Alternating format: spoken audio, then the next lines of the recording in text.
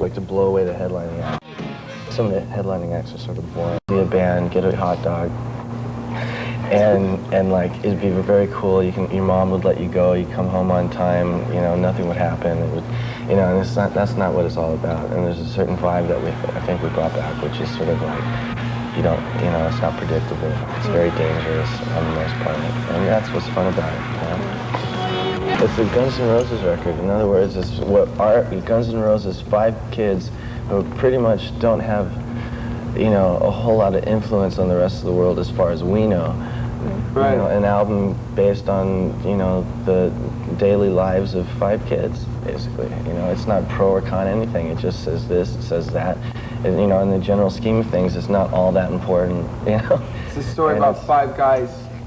So it's a true story about 5 guys going through the ringer of Hollywood, you know.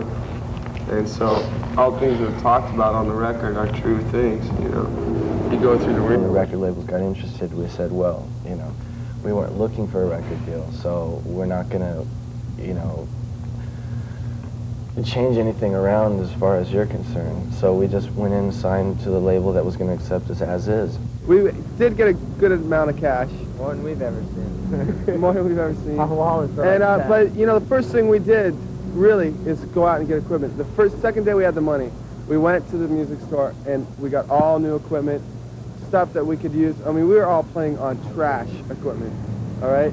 Trash. So we went first thing and got equipment. Of course, you get a great amount of money. You're playing in a band. You never get any money when you're in a band.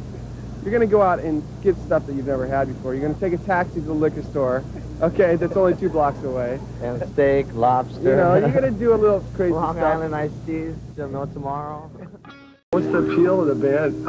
I think the appeal is that there is no appeal, if that makes any sense. Yeah, cool. It's not, we're not like another hair band like, you know, on MTV or Mush Music or whatever, you know? There's no point in it. It's like, you know, when it's all said and done, you're just 5 regular guys. You're just a band, you know. And the fact that you became popular enough to get in the public eye and be part of the media and all that crap, you know, it doesn't mean you have to change your personality or anything like that. Been called Act Up, and they're saying that they're targeting Guns N' Roses for playing that AIDS tribute because that AIDS benefit, because they say they are, among other things, homophobic. So what they plan to do is they're going to put up a big banner at the concert saying GNR go home. They're going to go into record stores and ticket GNR albums with stickers that say F you GNR. They're going to follow Axl around, basically try and harass him and make sure to see that they make it off the bill. We've spoken with GNR management and they're pretty upset about it. They say that the band wouldn't do this concert unless they believed in fighting AIDS, and also they're doing it for their love of Freddie Mercury and Queen.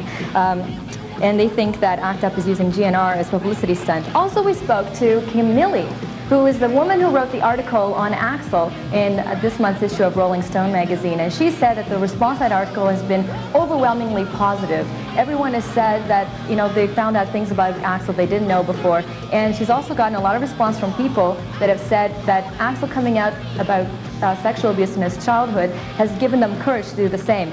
So